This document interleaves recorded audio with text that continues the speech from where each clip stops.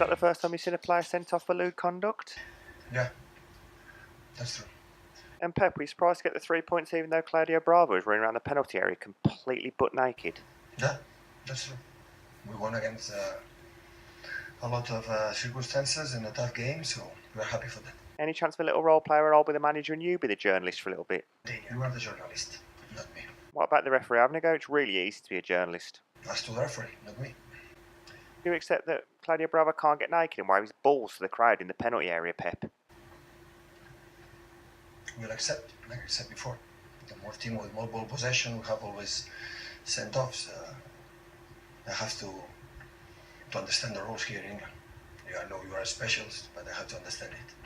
Let me just clear this up, Pep. So in the League, the goalkeeper can cartwheel naked around the penalty box. All around the world, the goalkeeper in the 5 box in the box is fault. Here, no. I have to understand that. So we can blame this on Brexit? This is fault to Claudio Bravo. His fault. We could just blame Raheem Sterling. His fault, yeah. All around the world. Here, not, but okay, I have to understand that. What a prat. Okay, this is Adam Martin for Making the Grade. Episode 2, we finally got there.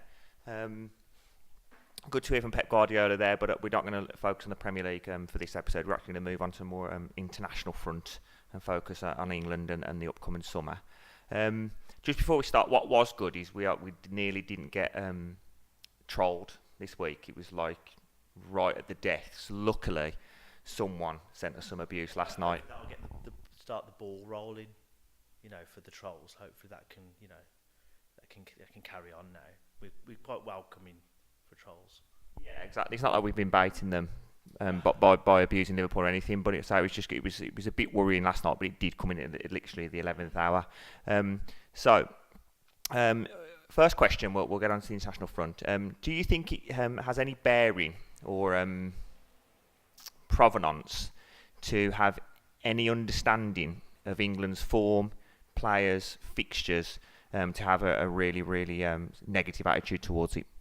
No, it's been totally fashionable to hate England for last sort of 15, 20 years, probably even longer. But the fans base that on nothing. They've got no real opinion on the past. They don't know anything that's happened or anything that's gone on. They just know that you've got to be anti-England until very, very recently, where everyone decided to like it for a little bit, didn't they? Right, I've got a question for you now. This is that's the postman. So this is how we're doing it live. When the postman comes, this is a real thing. This isn't a set. This is an actual. This is a real deal. Quick couple of questions, and I'll show you why I'm asking them. First of all, these are random. You haven't been prepped at all. Who was in England's group in Euro 2000? Can you reel it off? Portugal, Germany, and Romania. Okay, that's correct. Next question. Can you name the team that Hugo Ekiog scored his England goal against? Spain. Right. They're both right. Amazingly. I'm saying that as if I know I don't, but I know it is right. Do you think knowing that, and probably know quite a lot about England because you're like an avid England fan, do you think that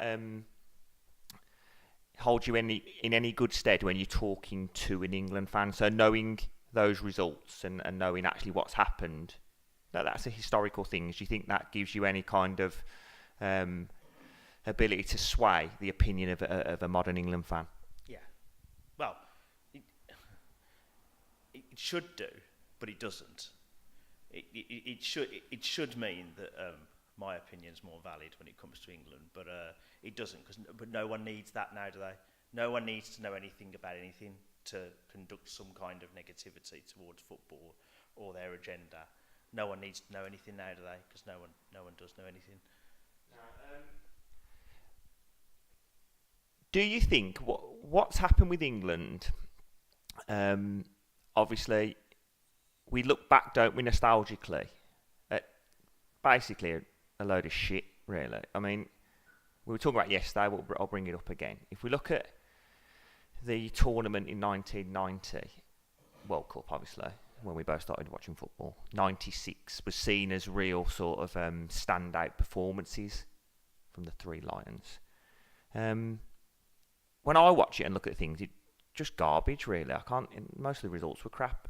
What do you think about those performances, and then how that impacts on what the lads are trying to, or how they're sort of looked at in sort of the modern day tournaments? Yeah, so generally what people hark back to is 96, when talking about how England, they say, oh, that was the best England side, although they'll never be as good as that 96 side.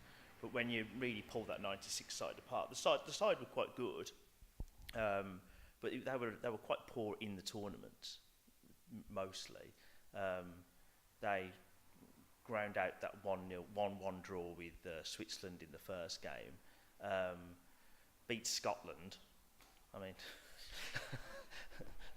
so did Kazakhstan the other day, and beat a Dutch side that was completely depleted because they'd all fallen out. Half of them had gone home, and they just didn't give a shit. Holland didn't. They just didn't give a shit because that's the way Holland have been for forever. And then were torrid in the game against Spain, absolutely torrid.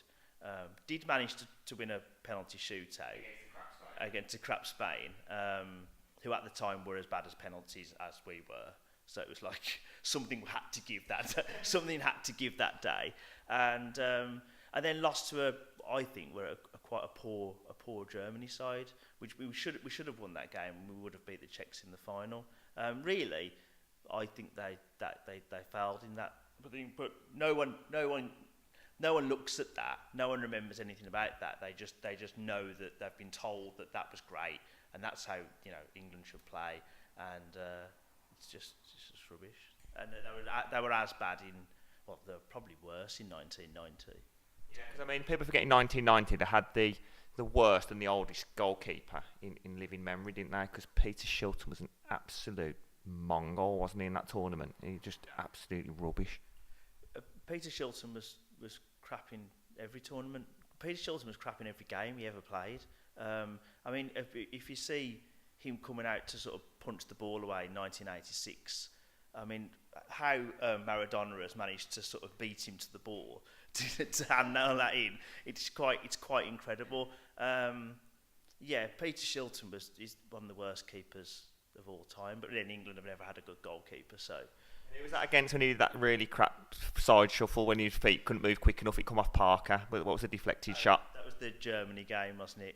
They went 1-0 up, didn't they? It was the Germany goal. It was just absolutely awful. And then he was dreadful for the penalties. He doesn't even dive for any of them. He doesn't even dive for one of them. He was the weak link there. There's a good chance he'd have probably won the tournament if he hadn't been in goal. It was either Woods or Besant with the other two. Anyone would have done.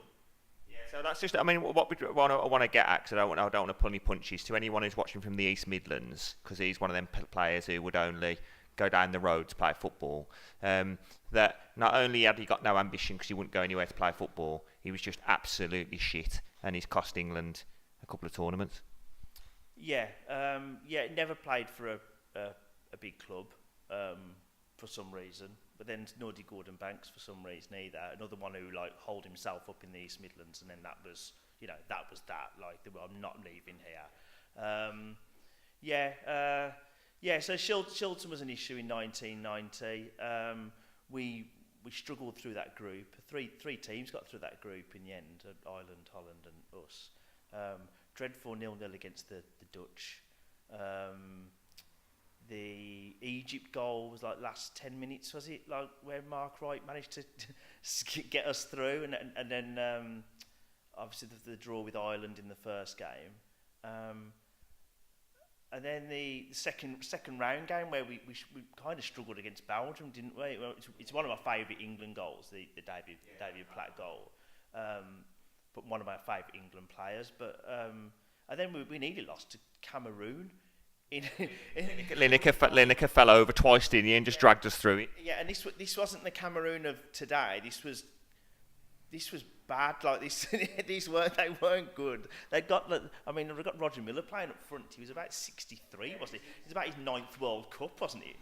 He got a free bus pass at the time, hadn't he? So moving on, I do agree. I think we look back nostalgically at anything in the past, how it was good, and generally it was just crap, because everything just moves on. But for some reason, these players are referenced against idiots, and I think it's harsh. One thing that I want to bring up, because I think it's a massive point, is obviously we've got Harry Kane at the minute. We probably agree he's one of the best strikers in the world. Scores loads of goals. He could break the Wayne Rooney record, and he's probably likely to on the statistics at the minute. Raheem Sterling is the most improved player in the world. Guardiola's done a fantastic job, no doubt about it. Do you think those players look at the treatment of Wayne Rooney, who is Man United's record of a goal scorer, England's record of a goal scorer, won every domestic thing you can possibly win, had one fantastic tournament when he got injured, others maybe a little bit more hit and miss. Do you think they look at him, who's just been one of the best players we've ever produced, and just gets absolutely caned by not only journalists but the general public? Think he's an absolute shithouse. They just think he's a waste of space. If you're Harry Kane or you're Raheem Sterling, you look at that, do you just think, what's the point? Yeah, well, the other ones, like Marcus Rashford, who plays for Manchester United, and obviously plays for England, and he must see the treatment that Rooney's had over the next few years and think, well, fucking hell, what have I got to do? What have I got to do to please the public? Because like he's not going to get anywhere near. He's not going to achieve anywhere near what Wayne Rooney did. He definitely won't. He definitely won't. And Rooney gets slagged off for it, but Rashford must be quaking his boots. Like, poor guy. The other problem is Rashford's just absolutely crap as well. Like, he just runs in straight lines. So, I mean, that's the other problem. Not just thinking, God, I'm not going to be as good as Wayne Rooney's. I'm probably not going to be as good as me mum and me dad. Like, he's just torrid. Yeah. Like a poor man's Giles Barnes. Yeah. Good Albion and Derby reference there, so that's worked. I think he's still trying at the Albion at the minute. He just comes back and he does a pre-season, and then he gets in the Express Star, and then we don't see him again. But I mean, he was just fit as a fiddle. He trains a lot, but you never see him play. So moving on, obviously we've got the Nations League, which I think is going to become the third. It's going to be the big tournament. I think that we'll win it or get close. No one will care. And then in a few years, like the inception of the European Cup in its heyday, when Real Madrid won it because nobody else bothered, it just becomes a bigger thing after. England's chances in the summer.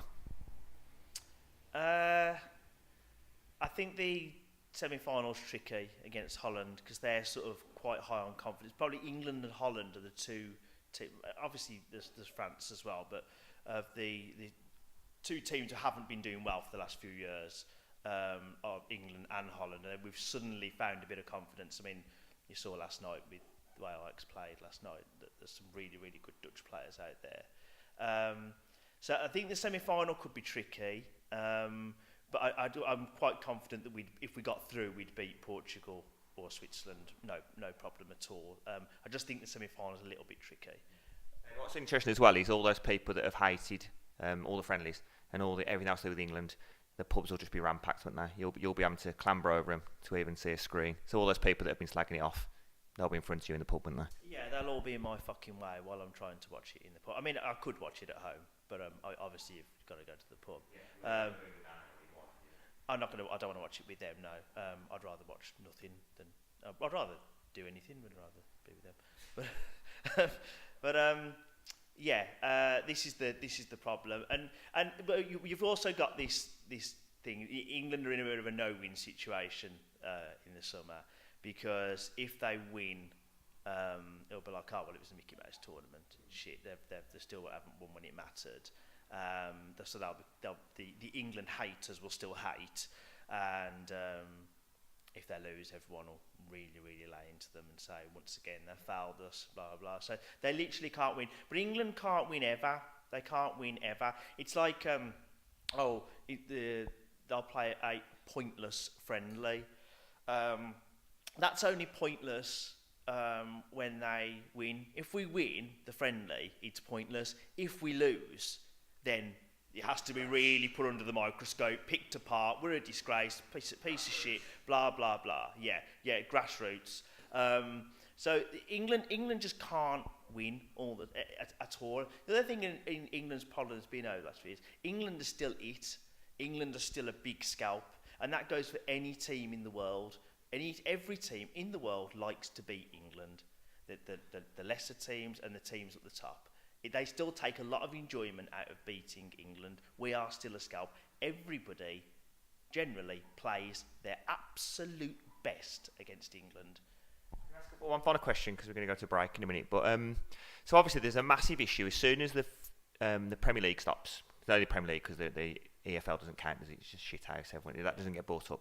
As soon as the Premier League stops, and obviously there's a couple of games for England, the fury that encapsulates the general public is outrageous. Now I'm struggling to see the problem because what it is I, like yourself and some others, I like football, and what happens is the game comes on the telly, they play on a green pitch, there's 2 goals, there's 22 players, some subs. The format seems to be the same to me. Can you explain any? I'm a bit lost because you know a bit more. Can you explain any differences between the two? No, well, there's no difference whatsoever. But people sort of people have to pretend they're not going to watch England as well, don't they? They have to say, "Oh, I'm, this is it's always beneath them." I'll say, "You're going to watch the England game tonight," and they're like, "No, I'm not gonna watch it. I don't watch England. I hate England." And it's like, well, what are you going to watch then?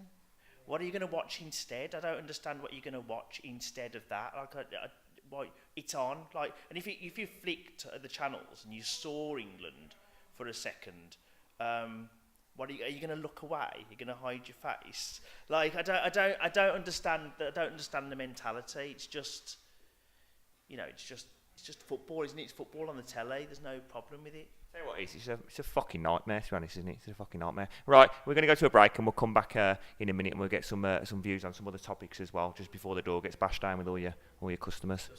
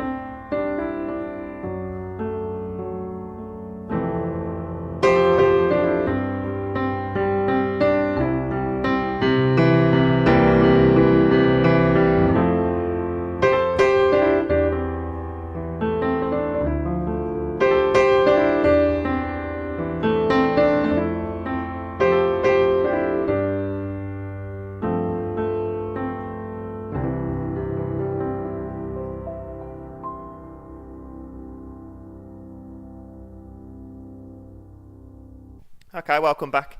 Right then, another quick point. We're gonna move on. Obviously, there's a lot been going on with the racism and things that has been sort of branded around in the press. Obviously, Raheem Sterling's been doing a big promotion on trying to eradicate it and all that, and a lot of players are now coming out. But generally, I go to a lot of football as you do. I don't tend to see it being a massive thing. But obviously, I'm not a black player, and maybe if I was of an ethnic minority, I might be hearing it or seeing it more. So I'm probably not like the authority to talk on it. But it goes hand in hand with hooliganism.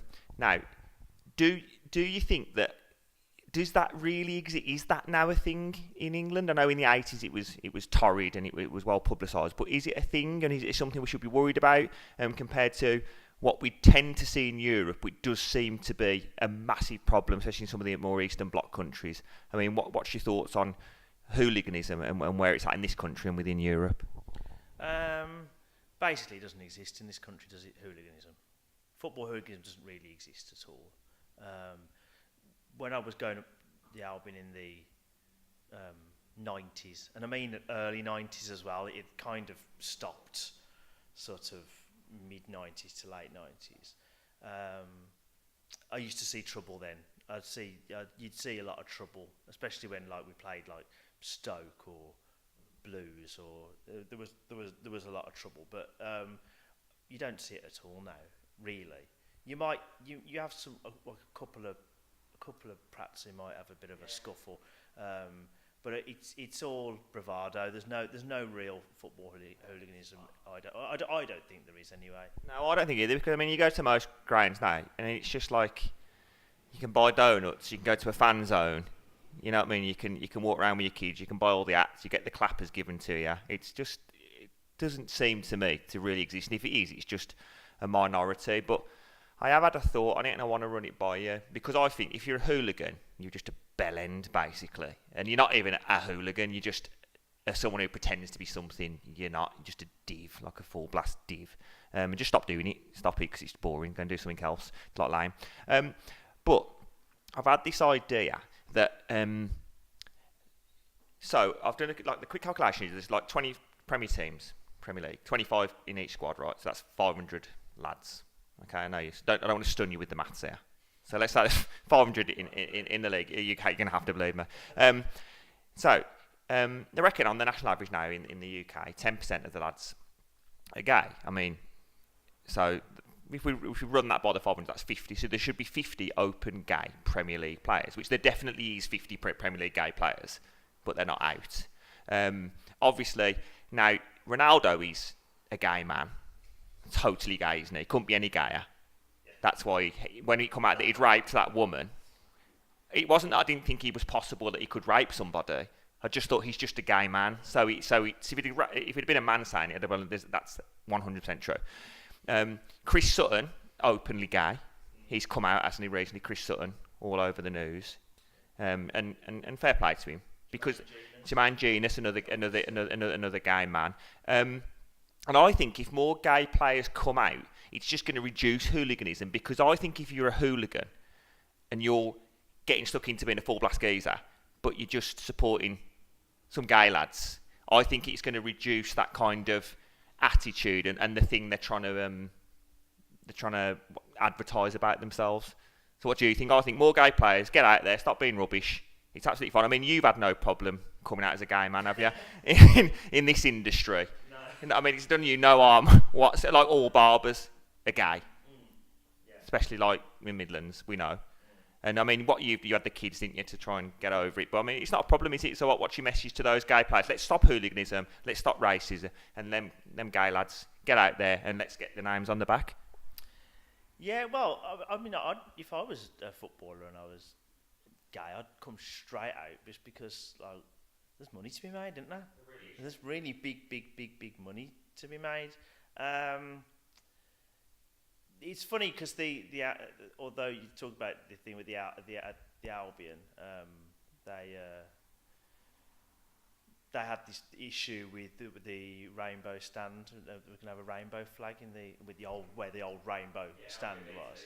Yeah, and a lot of them on Twitter started to moan about that, saying, "I don't want to sit in the gay stand," and this and that. So there is that. The football fans are kind of prehistoric with a lot of their views, aren't they?